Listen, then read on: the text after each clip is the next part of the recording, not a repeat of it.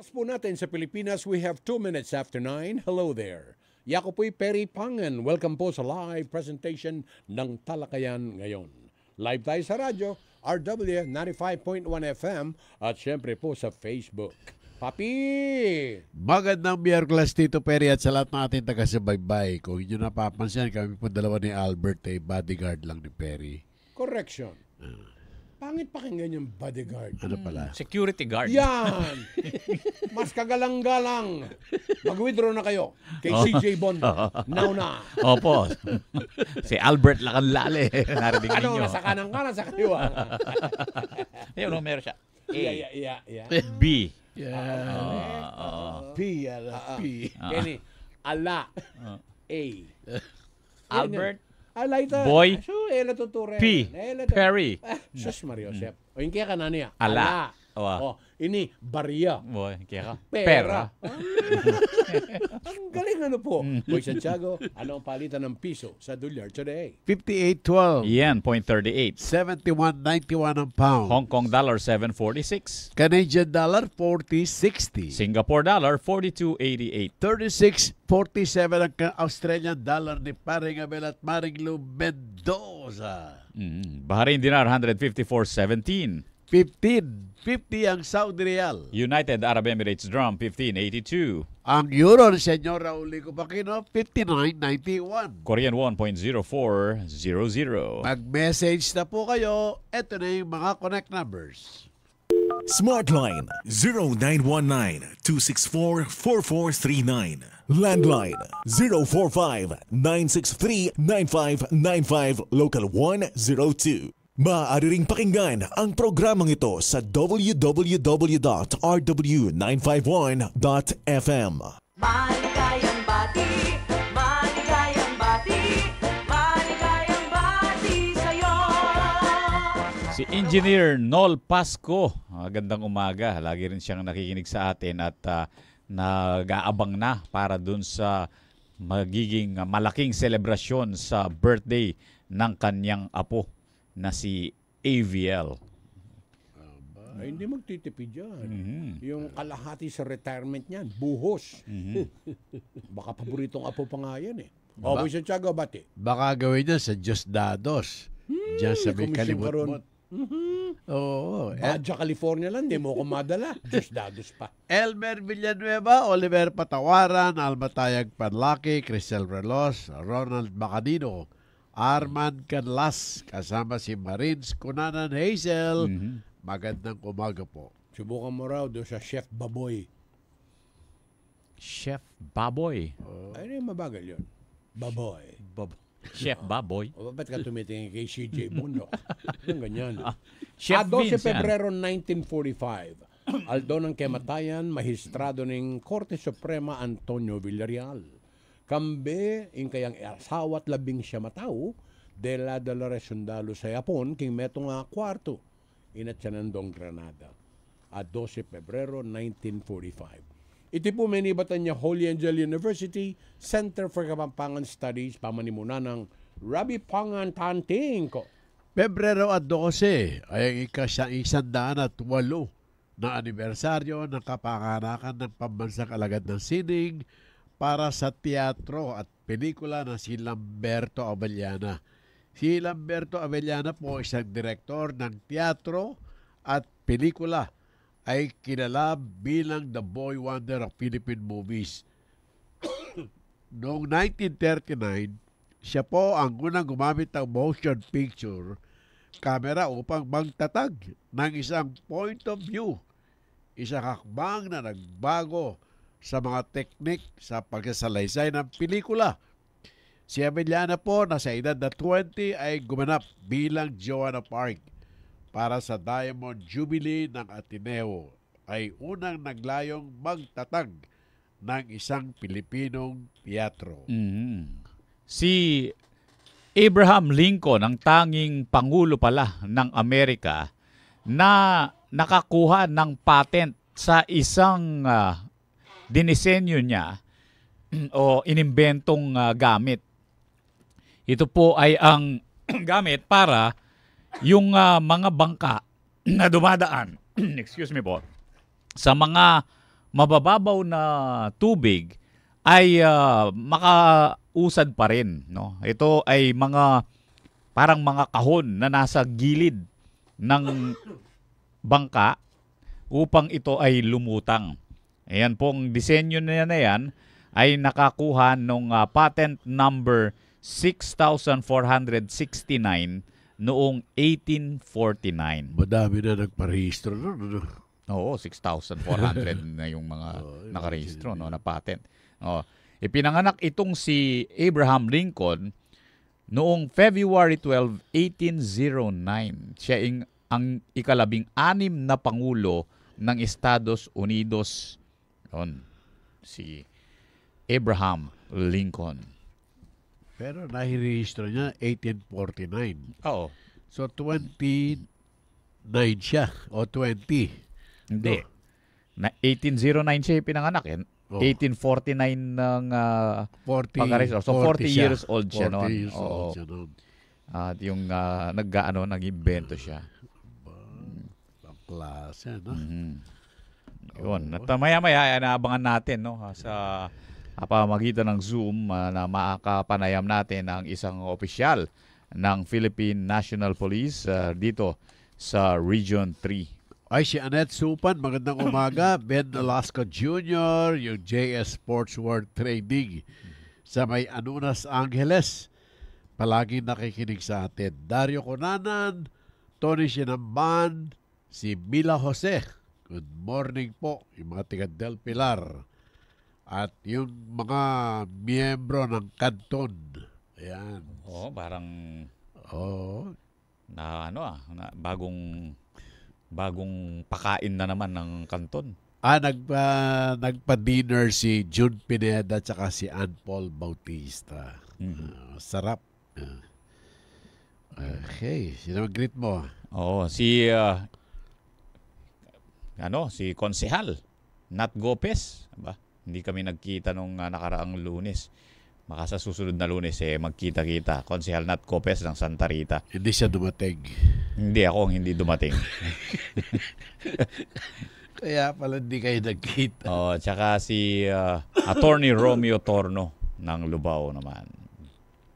Akala ko pa hindi siya hindi dumating. Ay. Yun. At dyan din sa Lubao, Pampanga, si Madam Edith Rodriguez na katatapos lang maghanda ng napakagarbo ng handa niya doon sa piyesta ng Lourdes. Oo.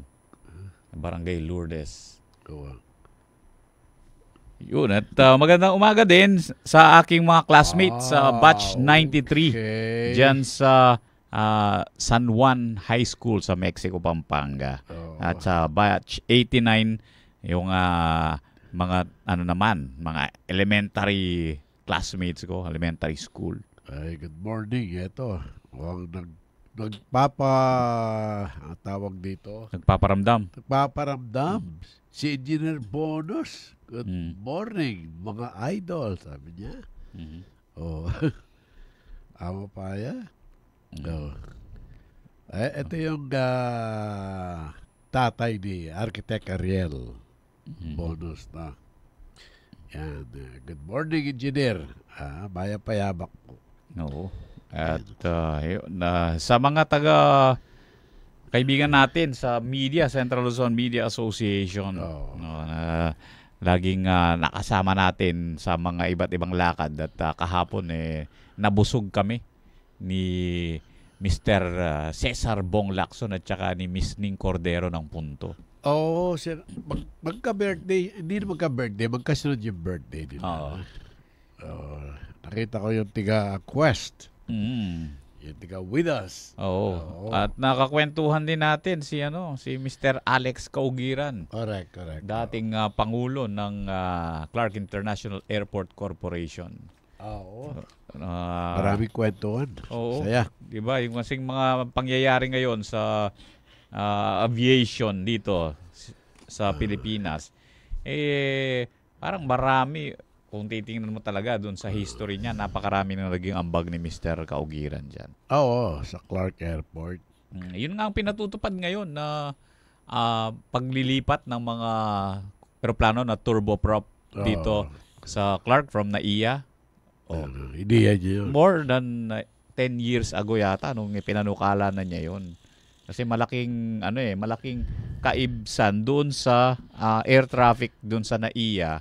So mas makatutulong sana kung noon pa nilipat na dito yung mga yan. Ay, pakilala mo, panawin natin para pagkatapos ng commercial, tuloy-tuloy na yung kwentuhan. Sa linya na? Wala pa? Wala pa pala. Wala pa, mamaya pa.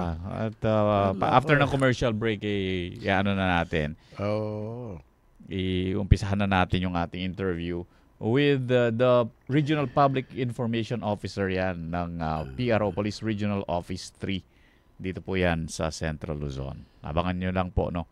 Okay. And yun, paalala naman sa mga kumakandidato dahil ang kampanya para sa national positions, no, sa mga sasali for the May 12 national election, pong mga senador at mga party list, nag-umpisa na yung kampanya kahapon.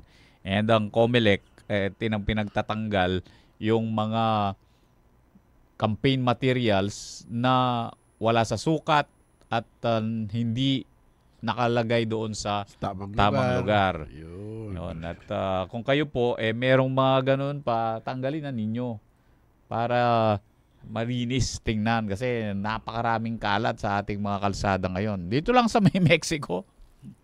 Oo. Parang kapag ka natanggal yung mga yun, yung mga nakalagay na mga napakaraming tarpaulin dyan sa Mexico, mararamdaman na ng mga taga sa amin yung yung amihan. Hindi nararamdaman doon sa Mexico dahil sa dami ng tarpaulin naharangan yung malamig na hangin doon. Mararamdaman na ngayon. Kasi natanggal na Dito nalinis na yung iba. Ay baka yung tinanggal lang yung para sa mga national, yung mga sa local hindi pa tinatanggal. Siyempre naman. O kaya nga yung sa local lang marami. Napakalalaki ng mga tarpaulin. Ay, merong okasyon mamaya sa May University of the Assumption. Itong conferment of the Medal of Honor. Merong banggit dito Ikaw na nga magbasa nito, baka sakali. Ayun, conferment of the Medal of Honor, Lumen Humanitatis. Kay Cardinal Pablo Virgilio David, STHD and DD, Roman Catholic Bishop of Caloocan. Ngayong araw na to, 3:00 ng hapon, dyan sa Chapel of Our Lady Assumed into Heaven, University of the Assumption, City of San Fernando, Pampanga. Congratulations sa pinagmamalaki natin itong si Cardinal Pablo Virgilio David, si Apong Ambo. Cardinal. Oras po sa buong Pilipinas sa 9:16 ng umaga.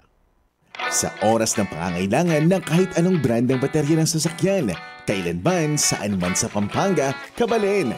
Battery Hub Pampanga ang iyong maasahan. Free delivery, free installation at walang hidden charges. Para sa kanilang serbisyo, bumisita sa Battery Hub Pampanga beside San Agustin Church o sa Angeles City, Mexico and Bataan branches. You may also check Battery Hub Pampanga FB page or visit www.batteryhubpampanga.com.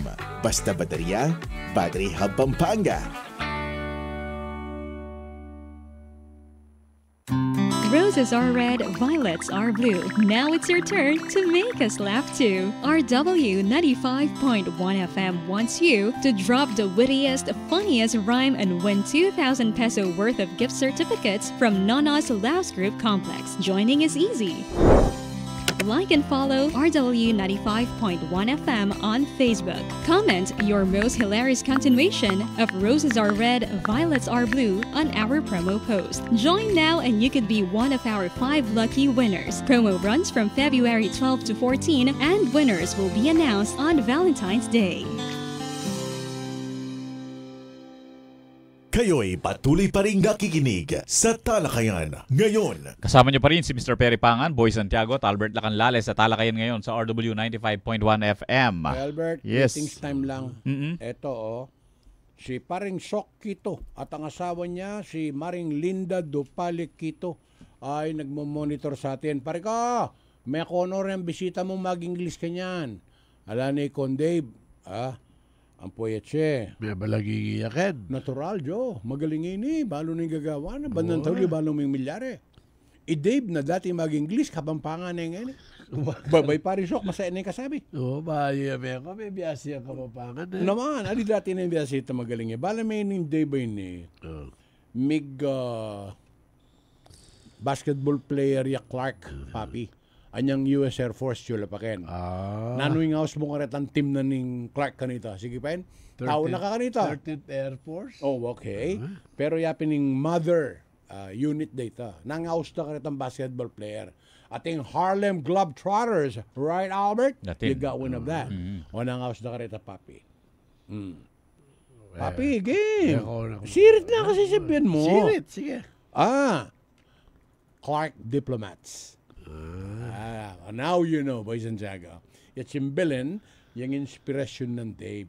Si Mila Jose, nakikinig din sa atin at nanonood pala.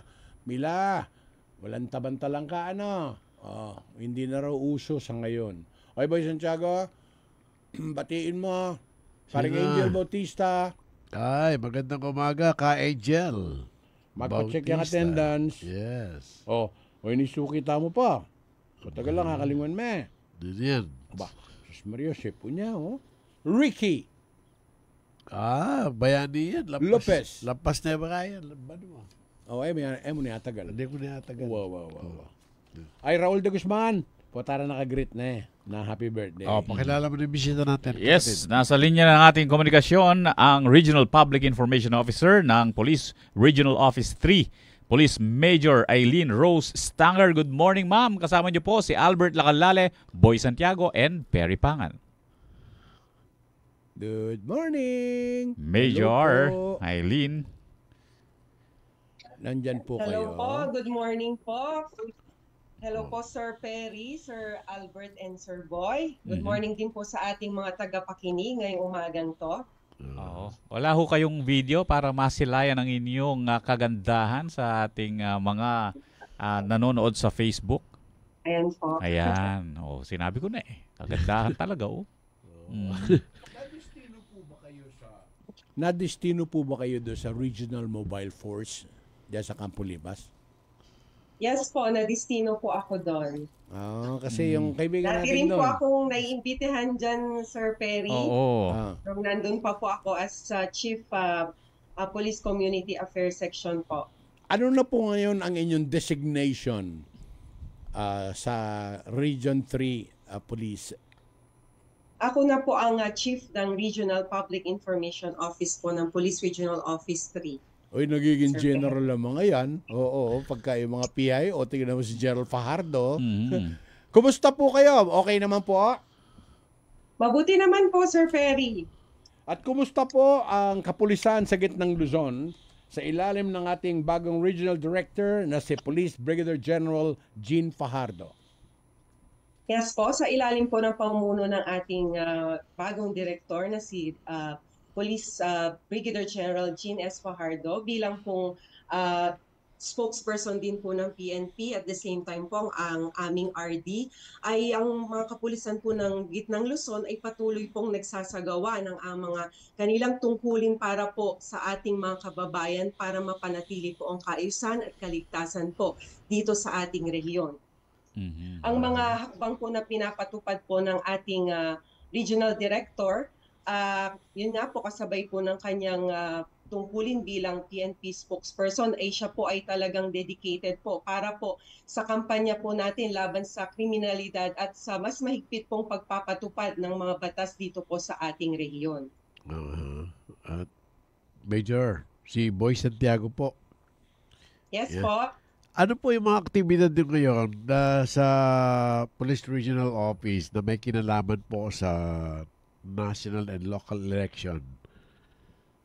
Okay po, tuwing po kasi sasapit po ang ating election period, meron po tayong isinasagawa po na mga meetings po dito po sa ating Regional Joint Security Control Center na pinakungunahan po ng COMELEC at kasama po ng iba't ibang ahensya po ng gobyerno po para po sa pagpaplano po sa ating mga security preparations po na ginagawa para po sa mas mapayapa pong pagganap po natin ng midterm elections po at wala pong mga karahasan na mangyayari. At hoping po tayo sa mga pakikipagtulungan at kooperasyon din po ng ating mga mamamayan para po lalo pa pong maisagawa po ang mga tungkulin po ng ating kapulusan, pati na rin po ang partner agencies po natin. Okay. Major Stanger, si Albert Lacanlale po. Meron po ba tayong mga tinatawag na areas of concern o yung mga high-risk areas pagdating sa mga election-related violence dito sa gitnang Luzon? Opo, meron po tayong naitalang 9 municipalities po at 4 po na cities na nasa yellow category. Samantalang pong may isa naman po tayong naitala na municipality na nasa under orange category po. Ang i-differentiate lang po natin yung mga categories. Yung category po ng green, yun po yung wala pong security concerns po. Relatively peaceful po yung municipality o yung syudad. Yung pong yellow, kanina po nasabi ko may nabanggit tayo na napasok po dito po sa category ng yellow. Kapag po meron pong election-related incidents po o yung ating pong mga intense political rivalry, may PUGs din po, or private armed groups, politically motivated incidents, yung mga communist terrorist groups po affected, threatened, barangays, and previously po na na-declare ng COMELEC control. Yun naman pong orange category, yun naman po yung kombinasyon po ng dalawa o higit pang mga factors under po nung nabanggit ko kanina sa yellow category. At yung kung pong may serious armed threat din po na nare-receive from NPA, BIFF, ASG, o yung mga rogue elements po ng MNLF or MILF po. Dito po papasok din po. Sa category red naman po, yung sa mas maraming factors nga po, yung sinabi ko, yung sa red category, na dinagdag po dun sa orange category natin kanina. So sa ngayon po, wala naman po tayong naitala ng mga validated na rin po ng mga election-related incidents at yun po, meron po tayo na sa orange category, isa po ay nasa Nueva Ecija. Yung sa yellow category naman po, meron po tayo na isang municipality sa Bulacan, isang syudad po din, and then Nueva Ecija po, meron po tayong 7 po sa yellow category. Sa Pampanga naman po ay 2. So all in all po, yung ating total number of election areas of concern po ay 14. Isa po sa Aurora, isa sa Bataan, 2 sa Bulacan, Nueva Ecija po 8, Pampanga po 2. Yun po. So, ang total niya po is 14. Ano po mga bayan o lungsod sa may Pampanga? Yung sa yellow. Ito pong sa yellow po, hindi ko pa po na ipa-check ko po. Pero po ang ano ko po yung sa orange po, yung sa San Antonio, Nueva Ecija. Ito pong sa San Fernando, ipa-check ko muna po. 2 po kasi ang nakaano rito ng COMELEC na naitala po sa Pampanga. Meron ba tayong karagdagang mga police personnel sa region na idinagdag nyo para maging mapayapa yung election? O yung sa mga checkpoints, gano'n? Yes po, isa po kasi sa direktiba po ng ating police regional director po na si Police Brigadier General Jean Fajardo na magdagdag po ng personnel po sa mga istasyon, lalong-lalo na po ngayong panahon po ng eleksyon.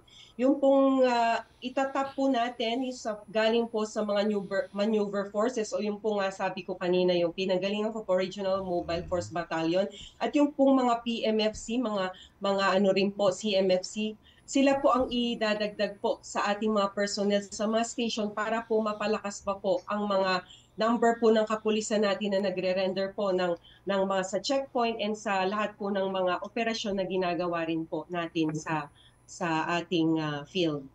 Okay. Okay. At doon po sa deployment natin, kapag ka lang ho ba nalagay sa ilalim nung tinatawag ninyong mga alert levels like yung orange or yellow, doon lang kayo nagdadagdag ng mga police personnel dito sa panahon ng halalan? Opo, more on po kasi tayong magdadagdag talaga ng personnel dun po sa mga mas marami pong naka-ano po na category, lalong-lalo na po itong sa Nueva Ecija.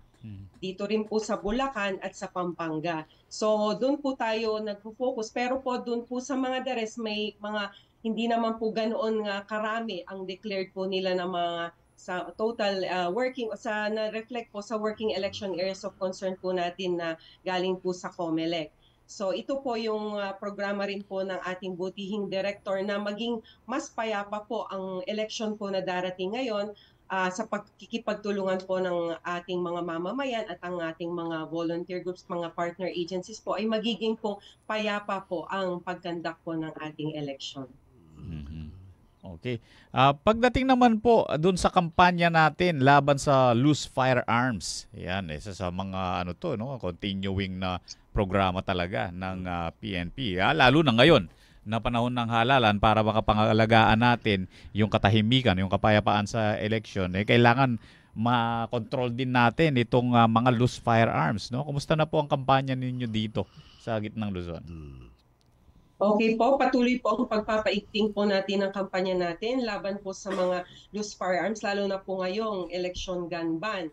Sa simula po ng gun ban noong Enero 12, hanggang po sa kasalukuyan ay nakapagtala na po tayo ng 140 po na nakumpiskang iba't ibang kalibre ng mga baril at 2 pong explosives. Wala lisensya po yung mga yan, ano? Ano po? Wala pong mga lisensya yan. Yung iba po, meron pong lisensya. Ang rason po kasi is na hindi po sila naimpormahan. Di ba po ang ating gun ban ay nagsimula po nung January 12 at matatapos po ito sa June 11. So ngayon po, ang mga iba pong nasasama po sa mga nahuhuli o nasama po sa mga naano ng ating pulis ay mga lisensyado naman po yung ibang baril. Dahil po hindi lang po sila aware na talagang bawal po ibiyahe. Kaya po mahalaga rin po na manatiling informed po tayo parate, lalong-lalo na po election gun ban. Hanggat po wala tayong written na authorization galing po sa COMELEC.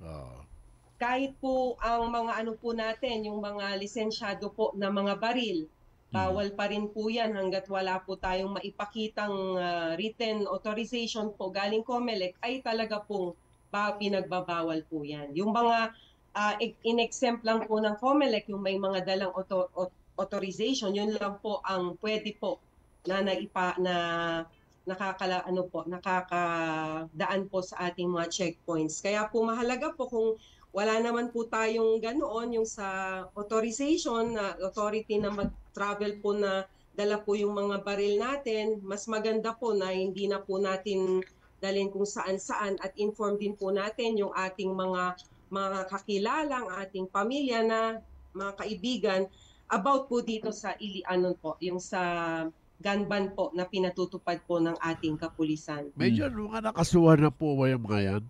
May mga nakasuhan na? Yes po. May mga nakasuhan na po tayo sa mga sa nahuli po natin sa gun ban. Ito po ang ating meron po akong matrix dito sa ating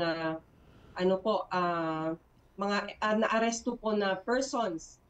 So meron po tayong isang AFP, 5 pong security guard. Civilian po natin is 136.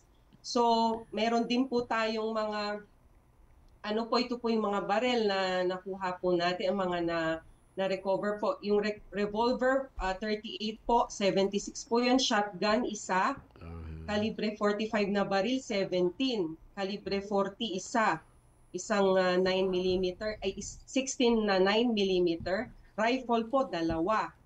At iba pa po na 27. Yun po. At yung iba naman po is 515 yung ammunitions po. So isipin po natin, ito pong mga nahuhuli po either man sa checkpoint or any other operations ay napakahalaga po na nasasala po natin to dahil po maaari po kasing magamit ito sa mga karahasan na nagdudulot ng po na pagkawala ng kapayapaan po sa isang lugar po. Yun po ang ninanais po ng ating butihing regional director na talaga pong higpitan ang mga checkpoints para po doon pa lang po ay talagang maisala na po yung mga papasok sa ating mga municipalities o mga cities para po maging safe po ang ating mga lugar, lalong-lalo na po ngayong election period. Major, makukuha pa ba yung mga baril na yan? Kasi may license naman eh. Ano po? Makukuha pa ba ng mga may-ari?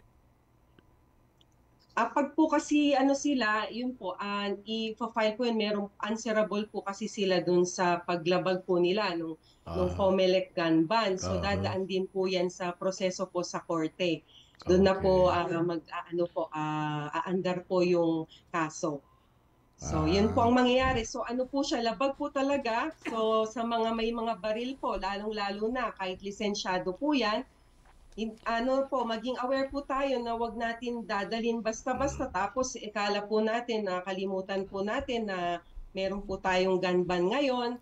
Always po tayong maging inform at informahan din po natin ng iba para po maging pong maging maayos naman din po ang pagdaan po natin sa mga checkpoint. Okay, Major Stanger, humigop ka muna ng mainit na kape dyan, no? At mamaya itutuloy natin ang ating mga tanungan at iba pang mga balita, no? At commercial break muna tayo. Dito sa buong kapuluan, tingnan natin kung kaparehas nung oras ninyo dyan. Anong oras na po sa Pilipinas, Major Stanger? 9:31 a.m. na po.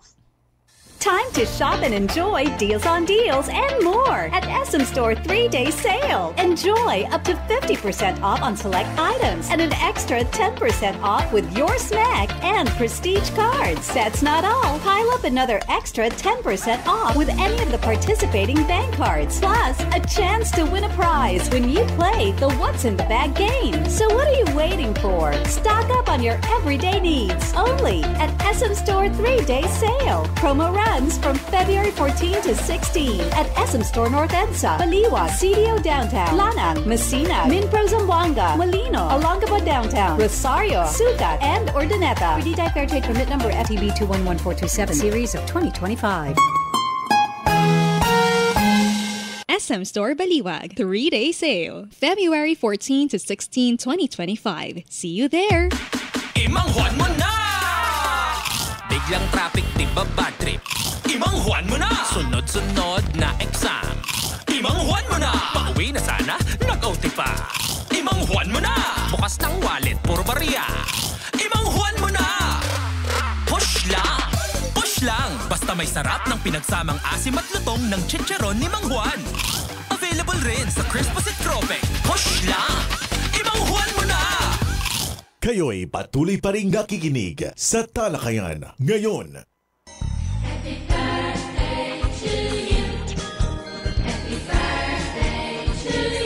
Happy birthday kina Raul de Guzman ng Jaime La Union, Noli Gomez ng Hyundai Baliwag, and Nika Centeno ng Nissan Bataan. Happy birthday din sa classmate ko, si Mila Salita Salazar, dyan sa San Juan, Mexico, Pampanga. Happy birthday. At si Kagawad Emer Carion. Yes, happy birthday! And si Mr. Arnel Jason Rodriguez dyan sa Aurora Heights. And ang pinsan ko, si Ate May Lacanlale. May Soliman Lacanlale. Happy birthday. Vida Rosal Bongay Sodilio. Jessica Pangilinan Portes. Si Argel Gutierrez. So, birthday din ngayon ni Argel. Si Ann Sason and Rochelle Lising Dichoso. Sila ang mga may birthday ngayon. Happy birthday. Mer Garcia, happy birthday. The late Bernie Castro, birthday din ngayon. At saka si DJ LJ Lou. And happy birthday. Sana mabusog nyo sila. Yun. At yun, si Police Major Eileen Rose Stanger, ang Regional Police Public Information Officer. Dito po yan sa gitnang Luzon. Baka naman birthday niya. Kapiling natin via Zoom. Major Stanger, meron ba? Birthday niyo po ba? Ay, hindi po. Hindi sa December pa po. December. Baka meron naman kayo kakilalang may birthday ngayon. Sa kanila na lang tayo lunch. Okay, Major Stanger, tuloy lang natin ang ating kwentuhan no, with regards sa inyong mga programa dito sa kapulisan sa Region 3. Particular dito sa mga private armed groups o yung mga PAG, mga PAG dito sa rehiyon. Meron ho ba kayong mga PAG na binabantayan dito? At ano ang ginagawa natin para tuluyan ang madismantle yung mga grupong ito bago pa ang halalan? Yun nga po, meron pa po tayong binabantayan na at minomonitor po na private armed groups po sa Nueva Ecija po. At kamakailan lamang po ay ang mga ang mga may-ari po ng mga barel ay kusang loob po nilang sinurrender po ang kanilang mga armas through our Balik Baril program. So ito pong ating binabantayan na nag-iisang private armed group po sa ating rehiyon ay po talaga pong minomonitor pa rin po natin, and po ito po ang dahilan kung bakit po magdadagdag po tayo gaya ng sinabi ko kanina ng mga dagdag po na kapulisan na galing po sa mga maneuver forces para po lalo pa pong mapaigting po yung ating mga checkpoints, mabantayan po natin ang pumapasok at lumalabas po sa bawat mga bayan, lalong-lalo na po sa mga lugar na kung saan po doon po naitala po ang mga mataas po na mga related incidents po sa ating halalan po na nagko-cost rin po ng sa ating mga mamamayan na dahil po ito nag-isang private armed group ay kung ito ay madismantle, talaga pong magiging panatag na po ang ating mga mamamayan, lalong-lalo na po sa ating rehiyon. Kaya po mahalaga po na rin po ang ating kooperasyon kung meron po tayong mga napansin, dahil sa ating pagiging mapagmasid. Yun po, hinikay po maging mapagmasid tayo. Report po natin kung may sakali po tayong mapansin na yun nga po, mga alam natin na makakatulong po sa ating kapulisan para po mapanatili po ang kapayapaan dito po sa ating rehiyon. Major Eileen, si Boy Santiago ulit. Dito po sa Pampanga, remember nagkaroon po ng congressional inquiry the last time tungkol dito sa mga death threat at namamatay ng mga barangay captain. Yes po. Wala ba kayong binabantayan dito mga private group? Dito po sa Pampanga po, wala naman pong naitala kasi po ang talagang nag-iisa po nating private armed groups ay itong nandito po sa Nueva Ecija. So yun po, kamakailan po nung naglabas din po kami ng press release na yun nga po, nag-surrender po ng mga firearms. Mahalaga na rin po yun na nabawasan po yung mga po natin, mga firearms po na ginagamit po dito ng mga private armed groups. Pero po ito nga po, ang gusto po ng ating butihing director na madismantle po talaga ang nag-iisang private armed group po dito po sa Nueva Ecija. So dito po sa may Pampanga, City of San Fernando in particular, mga isolated cases lang po yung mga ganun? Opo, yung mga yun po ay yung pong hindi po natin i-consider po yun sa mga private armed groups po. Okay. Doon sa mga checkpoint po natin, so nakaset up na rin itong mga to. And ano yung mga maipapayo ninyo sa ating mga motorista, yung mga dadaan sa checkpoint, ano yung mga do's and don'ts po na pwede nilang isaalang-alang kapag sila ay napapadaan nga sa ating mga checkpoint? Opo, nabanggit ko po kanina na mahalaga po talaga itong mga checkpoints natin, lalong-lalo na po ngayong halalan po, election period. Mahalagang hakbang po na mapanatili po kasi ang kapayapaan at kaayusan po sa ating bansa. At ito po ang dahilan kung ba't nagko-conduct po tayo ng mga checkpoints para po rin, una po, para mapatupad po yung gun ban. Yung pong gun ban na ito ay talaga pong ipinatutupad tuwing election period para po maiwasan ang paggamit po ng mga armas na maaring magdulot po ng karahasan o takot po sa mga botante natin. So sa pamagitan po ng mga checkpoint, may susuri po at masisiguro na walang illegal na armas na nakakapasok po sa iba't ibang lugar po dito sa ating rehiyon. Pangalawa po, pag-iwas po sa karahasan. ang mga checkpoint po natin ay nagsisilbi pong deterrent o pangontra laban po sa mga individual o grupong maaring magplano po ng mga karahasan o kaguluhan. So sa presensya po ng ating mga otoridad sa mga strategic na mga checkpoints, nababawasan po yung chance na magkaroon po ng mga insidenteng mga karahasan na may kaugnayan po sa ating eleksyon. At para naman po sa mga ating mga motorista, mahalaga pong sumunod tayo sa mga checkpoint at makipag-cooperate po tayo. Dagdagan po natin ang ating pangunawa at makipagtulungan sa ating mga kapulisan. Dahil po ito ay para po sa kaligtasan po ng lahat. Ang mga checkpoint po ay nilagay upang po maging ligtas po ang bawat isa at sa pamamagitan po ng pakikipagtulungan ninyo sa kapulisan at pagsunod po sa mga batas ay mapapanatili po natin ang kapayapaan at kaayusan dito po sa ating rehiyon. At ina-advise din po natin yung po nga nabanggit po kanina na yung sa paglabag po sa batas, alam po natin na gun ban po ngayon, mahalaga po na sumunod tayo kasi po ang hindi pagsunod sa mga checkpoint po ay maaaring magresulta po sa mga legal po na parusa. At ang kooperasyon po natin ay kinakailangan po dahil po ito'y nagpapakita po ng respeto natin sa ating batas at sa mga nagpapatupad po nito. At sa pamamagitan din po niyan, yung pakikiisa po natin, yung pong pakikiisa natin, simbolo po yan ng ating suporta sa isang malinis at maayos na halalan po. So, yun po ang mahalaga na bigay po rin natin yung ating participation ay pakita po natin na tayo po ay kaisa sa layunin pong ito na magkaroon tayo ng isang tapat at patas na proseso ng eleksyon. Ngayon, okay. Maraming salamat po, Police Major Eileen Rose Stanger, ang Regional Public Information Officer ng Police Regional Office 3. Major, Happy Valentine's Day po sa inyong lahat yan. Sa inyo rin po, Sir Perry. Advance Happy Valentine's Day po. Salamat at mabuhay po kayo. Kumusta na lang kay General Jean Fajardo? Sabihin niya kinakamusta natin siya. God bless po. Albert, pumasok na si Boy Santiago. Oo. Pabayaan mo siya at bigyan mo siya ng trabaho. Siya ang magta-time check ngayon. Yumuko ka na, Boy Santiago. Yumuko ka na. Ayan. Okay? Dahil magpapatuloy po tayo sa ating pagtatanghal. Boy Santiago, time check. 15 minuto bago mag-alas 10 ng umaga.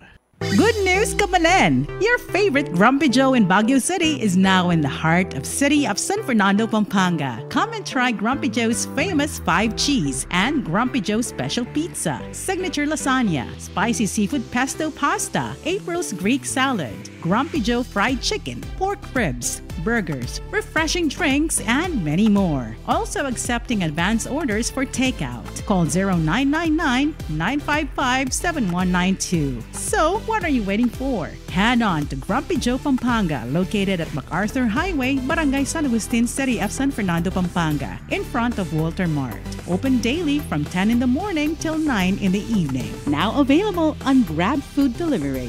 See you there!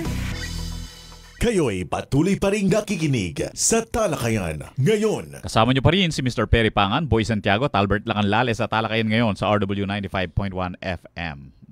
Yun, at pinag-aaralan ng Civil Aviation Authority of the Philippines o yung CAAP ang posibilidad ng paggamit ng mga sinanay na mga ibon upang malutas yung mga problema sa mga illegal drone operations, gayon din yung mga bird strike malapit sa mga paliparan o mga airport. Yan po ay doon sa pagdinig ng Senado, no, nung Committee on Public Services noong Martes or kahapon ito. Ayon kay Captain Ian Michael Del Castillo, siya po ang head ng CAAP Aerial Works Certification and Inspection Division. Pinag-uusapan na nga nila. You're talking about the airports? Oo, yung mga ibon. Yes, potential yan. Potential hindi daw. Hindi lang dito sa Pilipinas, Albert. Trained na mga ibon, hahabulin yung mga kapwa drone. Nila ibon. O kaya yung mga kapwa nila ibon. May ganun pala. Alam mo kung bakit. Meron mga drone na dinidesign, Papi. When they are on the air, they look like birds. But they're not. They're drones. Tama si Albert. Now, dapat paghahandaan din natin yan, Albert. I'm particularly referring to Clark dito sa ating airport. Mararagdagan na ang mga biyahe ng mga propeller airplanes. Pero kasi yung propeller hindi masyado yung jet kasi walang takip sa harapan eh. Pero siguro pagka dumaan yung ibon doon sa propeller, patay siya. Alam niyo, Patay siya. umiikot siya parang electric fan. But Oo. just the same, alam niyo po ngayon, nakakatakot sumakay ng eroplano, mind you. Although kung oras mo. Ang problema lang minsan, lalo na po ngayon, potential problem. Medyo napadalas kasi, no? Or dahil lang siguro nababalita. Merong iba na mga hindi nababalita siguro doon. Iba't ibang mga lugar. Pero ngayon, talagang nagkasunod-sunod yung mga trahedya sa Himpapawid. At nakakatakot. Ay, Boy Santiago, kailan ka ba huling nagpunta ng Angeles City? Kapon. The other day. Ano napansin mo? Traffic, no? Grabe. Oo, kahit saan. Alis ka sa San Fernando, matraffic. Dating mo ng Angeles. At saka walang pinipiling lugar at oras. Is it a good problem, Boy Santiago? Sometimes. Misa kasi sa dami na sasakyan, sa dami na siguro ng tao. It's a good excuse para sa taong laging mahilig malate. Pero doon sa mga taong on time, minsan kahit anong galing ng mga traffic enforcers, papi, walang disiplina ang driver, so problema yon. Isa yon. Ay, parin Benji Capulong, good morning. Pare, pinapacheck ko na yung pinapatulungan mo sa NBI. At saka sa misis niya. Pare, hello. At si parin Bernie Hoypungko, papi, kinakamusta ka? Kilala mo yon, di ba? Oo. Ay, JM Miranda ng Haima, salamat. Pinarepair ko yung sasakyan. Si Konsehal Perry Rivera Dizon ng Mexico. Muntik na ako doon, mais ka. Tsaka si Konsehala Trina Dizon Guevara, yan, kapwa taga Mexico yan. Si Konsehala Ludet Sikat din, yan. At tsaka si Vice Mayor Sait Siron. Anong team nila? Team Alex Tumang Siron. Yan. So kasama yung kongresista dyan, Hazel Tumang. Maganda laban. Sana lang mapanatiling maayos at tahimik, Boy Santiago. Political Nagsimula na kahapon ang kampanya para sa national level. Kasama na ba rin yung party list? Party list. Okay. Congressman, wala pa. Yung mga district congressman, kasabayan ng local yung mayor, wala pa yan. Considered local sila. Kailan ba yan? Next month pa ba yan? Next month pa, mga March 28 yata. Ay, bawal pala po sa Holy Week. Bawal yun. Papi. Si Buboy Mercado hindi pa nangangampanya. Bakit naman siya mangangampanya? Carwas lang yung binebenta niya. Kasama ka doon. Nangangampanya para doon sa mga kliyente. Ay, di tinutulungan mo naman. Magkano commission mo dyan, ha? Para malaman ko lang, ha? Wala pa. Papahugas ako ng 10 kotse na hindi ako magbabayad. Motor Tropicana, Jomar Fausto, good morning. Ang problema daw dahil alam din ng mga kriminal na gun ban. Ayan. Magsasamantala yan dahil alam nilang wala laman sa mga target nila. Hindi lang po yun. Kahit na po may gun ban, walang gun ban, meron po talagang mga tiwali, meron mga siraulo, at meron po talagang tao na walang ginawa kundi mag-scam. Mga talipandas. Eko po, kararaguling maniwala. Magsisisi kayo, lalo na kung malaking pera. Again, lagi ko po sinasabi ito. Asturugong lampas siya pakento to, gandirit eto to. Di ba? Yung inyong good trip na yung pera nyo, dumoble, mag-triple, wag po yun. Tapos zero balance kayo, bandang huli. Marugubal ng tinod kaya ka. May nanukwa na. May boy budol ka, Jo. May nani. Nino yan? Pinag-iingat ang Department of Health ang mga Pinoy na pupunta sa Japan. Dahil po ay yung pagtaas ng mga kaso ng trangkaso o influenza-like illnesses. Kaya po, kinonfirma na health spokesman at Assistant Secretary Albert Domingo na naglabas ng abiso ang Embahada ng Pilipinas sa Japan higil po sa naitalang pagtaas ng kaso ng trangkaso sa naturang bansa. So, kung bibiyahe kayo, ingat! Huwag muna, kumari. Kasi alam mo, papi, ang Japan ngayon, para kang Baguio.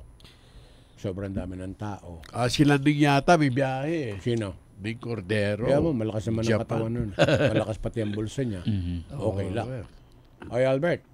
Tapos na pagbati mo, magpapaalam na si Boy Santiago sa mundong malupit. Magdarasal na siya. Yes, Papi. go ahead. Okay. O Diyos, palakasin mo po ang aming pagtitiwala sa iyo. Ipakita po ninyo sa amin ang patunay upang lubos kaming manahan sa iyo. Amen. Yung Albert, kakatamo nga manong Kapampangan, alimbuang. A sharp cry. Alimbuang. sino nakipanaway natin, Boy Santiago? Si Police Major Eileen Rose Stanger. At sino na sa Technical Department? Albert Lacanlale. Engineer CJ Bondoc.